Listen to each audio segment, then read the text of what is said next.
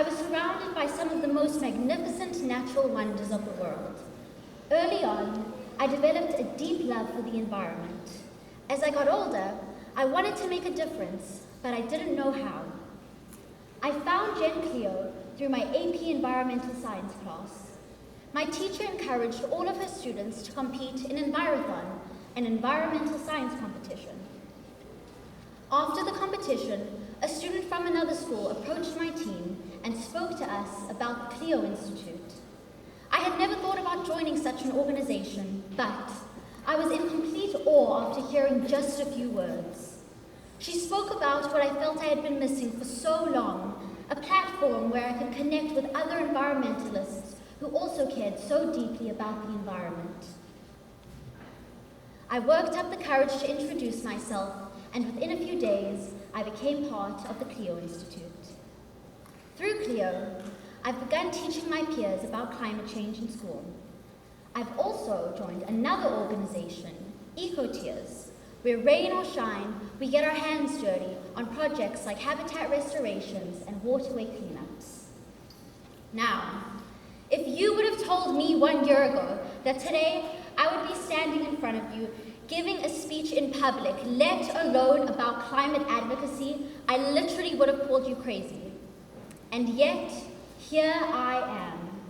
So, while I'm here, let's talk about my favorite topic to go on and on and on about, climate change.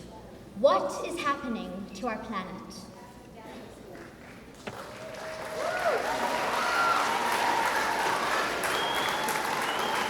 Okay, so the climate crisis impacts everything we care about, from our health to the weather to our economy.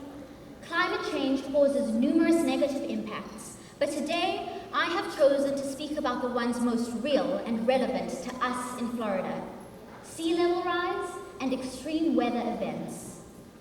Because we are surrounded by water, Florida is one of the states most vulnerable to climate change. One of the major problems Florida faces is sea level rise. Rising temperatures have caused ice sheets and glaciers to melt and warm ocean water to expand, which in turn has raised our sea levels. In South Florida, we can expect at least 2 feet of sea level rise by 2050.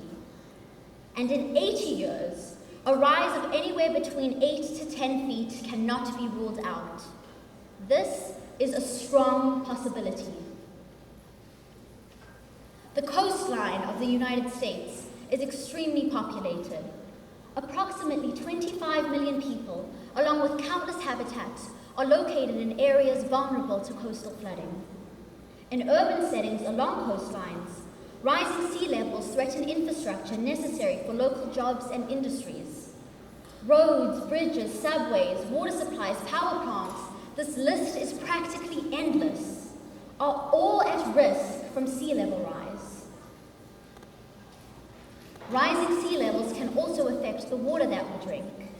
This leads us to our next issue, saltwater intrusion. Rising sea levels can cause saltwater to intrude into freshwater drinking reserves like the Biscayne Aquifer. Rising sea levels can also push saltwater further into the Everglades, potentially causing a loss of wetland plants and habitats. The third of Florida's big problems are extreme weather impacts. As carbon dioxide in the atmosphere increases, the planet warms, which drive feedback loops that cause more evaporation and more precipitation, intensifying droughts and hurricanes. An example of this was Hurricane Michael in 2018. Hurricane Michael was barely a hurricane with winds of 90 miles per hour on Tuesday morning. But on Wednesday afternoon, it made landfall at 155 miles per hour. That's a 72% increase in wind speed in less than 33 hours. A huge factor in this was the water temperature. The Gulf water was 4 to 5 degrees warmer than usual, which really doesn't seem like a lot, but that small change was quickly amplified by the feedback loop. More heat means more evaporation. More evaporation means more precipitation.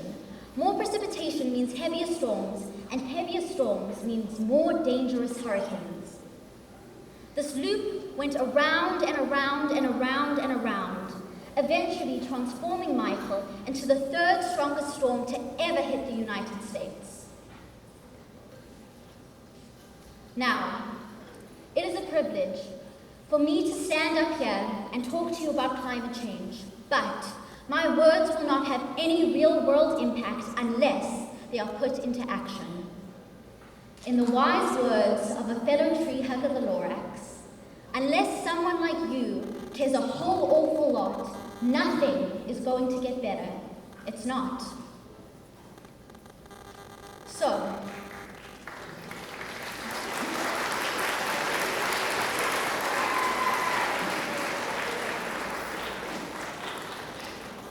now this is where you come in. Don't be a part of the problem. Care enough to be part of the solution. Change starts with you.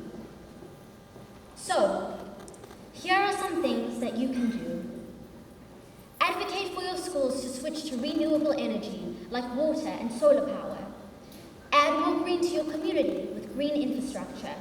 Cut down on food waste. Get to know your state legislators and lobby for policy change. And lastly, join advocacy organizations like CLEO to ensure that your voice is heard. If you take anything away from this speech, I hope I've inspired you to take action in mitigating the climate crisis. Thank you.